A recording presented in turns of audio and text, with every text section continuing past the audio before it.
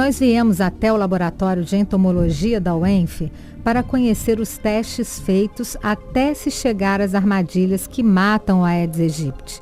Adriano vai mostrar para a gente. Bom, aqui é onde os fungos utilizados nessa pesquisa são armazenados. De onde vieram esses fungos?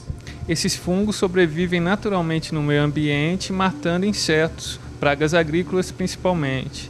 Quando o professor Richard, que é o chefe do laboratório, iniciou esse laboratório, ele coletou esses fungos lá no meio ambiente e começou a cultivar esses fungos aqui no laboratório. Eles são cultivados em meio de arroz, aqui é arroz, e eles crescem no arroz. E por que guardá-los na geladeira? A gente guarda os fungos já crescidos em arroz na geladeira para que ele pare de crescer e assim não perca o poder de matar insetos.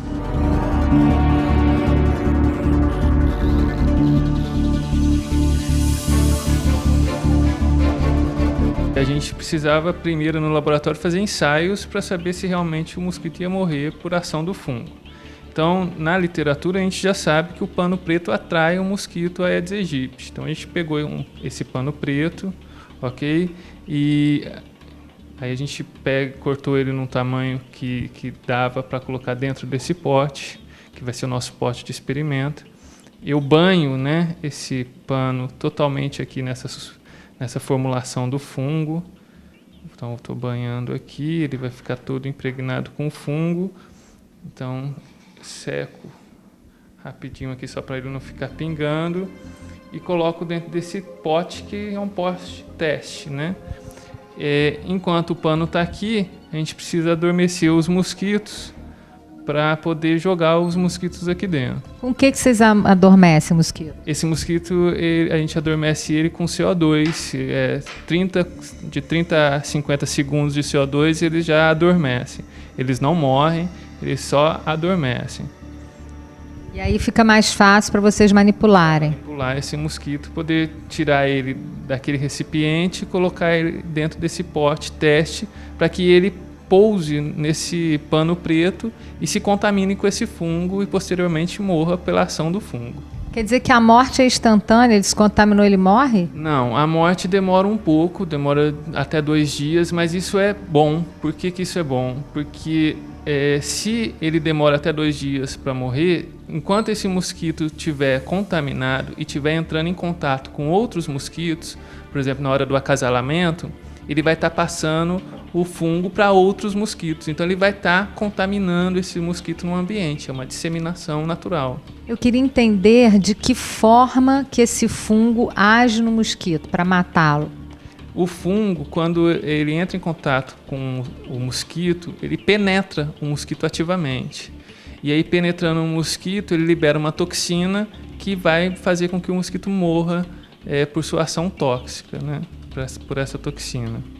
E aí, no caso desse experimento, desse teste que vocês estão fazendo, você colocou o mosquito adormecido no pano preto, né? Depois de dar uma dose aí de CO2. Ele vai ficar aqui e depois vocês vão prender ele em algum outro lugar. Quando o Anderson colocar esses mosquitos aqui dentro, eu vou tampar esse pote com essa organza, né? Com esse tecido organza, e aí eu vou deixar esse pote no ambiente. E todo dia eu vou vir aqui ver quantos mosquitos morreram. Assim, em 3, 4 dias eu tenho 100% da quantidade de mosquito que eu coloquei aqui dentro morto. E a gente comprovou que esse fungo está matando os mosquitos.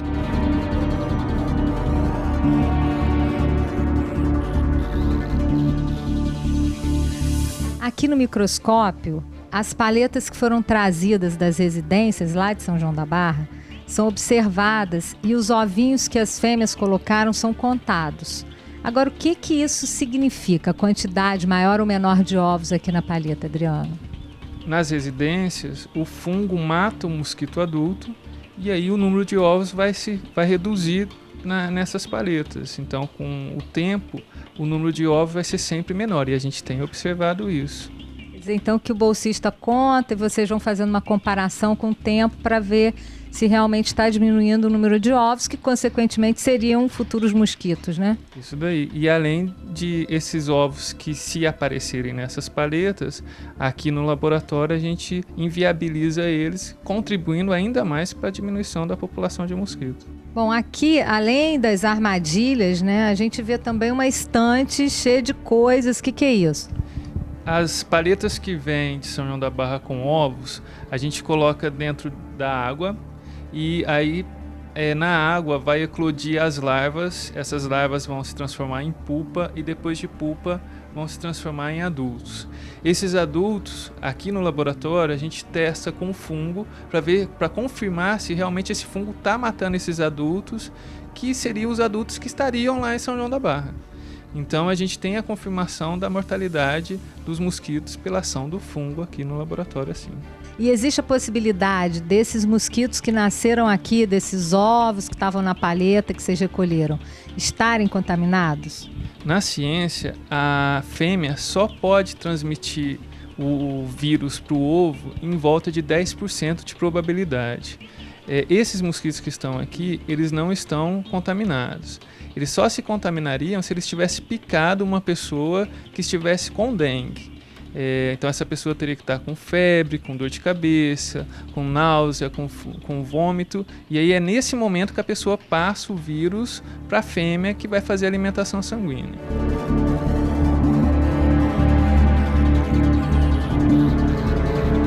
Como a gente viu, combater a dengue depende de cada um de nós. Não deixar objetos que acumulam água, como potes, garrafas e pneus jogados nos quintais, colocar areia nos vasos de plantas, manter as caixas d'água fechadas, são alguns dos cuidados que devemos ter no nosso dia a dia para evitar a doença.